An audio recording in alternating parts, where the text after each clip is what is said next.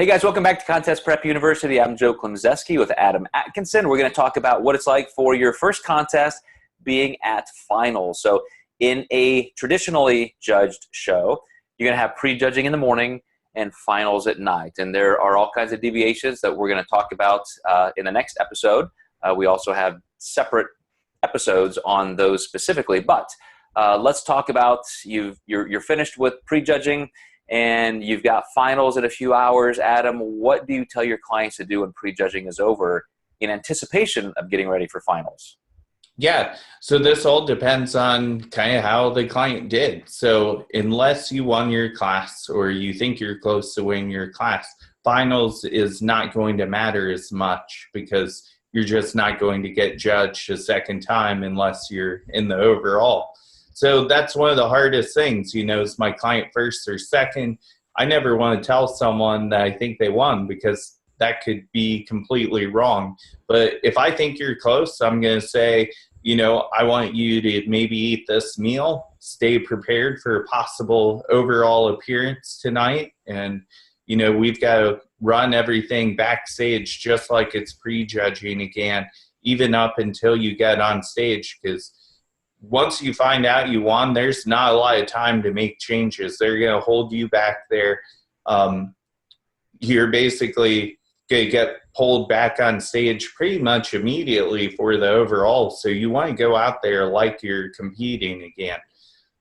So when you started saying it depends on whether you won or not, I thought you were going to say, if you didn't, just go home, go jump off a bridge, that kind of thing. But I do think that a lot of organizations out there, especially at the local and regional, do have everybody come out on stage at night. You might even do your routine, even if you're going to end up in 9th place. So a lot of the NPC shows, especially national qualifying shows, national shows, that's not the case. They're just going to take the top 5. You're going to show up backstage at the finals and be told whether you have made it or not. And so, of course, there is that to contend with, which we'll talk about in a second. But at the finals, just from the term of, or the perspective of getting ready for it, this is another place where you're going to have to repeat your warm-up routine. You're going to have to kind of time that. So all the things we talked about in pre-judging prep, you should be ready for.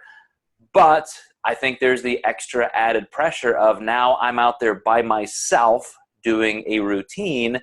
And that can be, pretty stressful for a new time competitor. So I would say even in terms of practicing your routine, start getting comfortable doing that in front of some people. That was important for me as a first-time competitor because I did not want to be out there in front of people and was worried about flubbing my routine. So is there anything you focus on with that, Adam, or you pretty much just let it happen?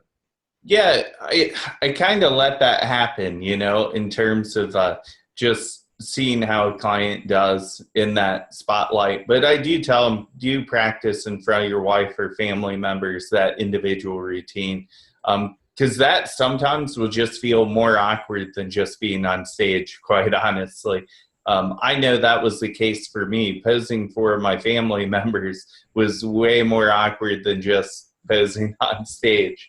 So instead of just random strangers at the mall. Right. Break out of your routine in the food court.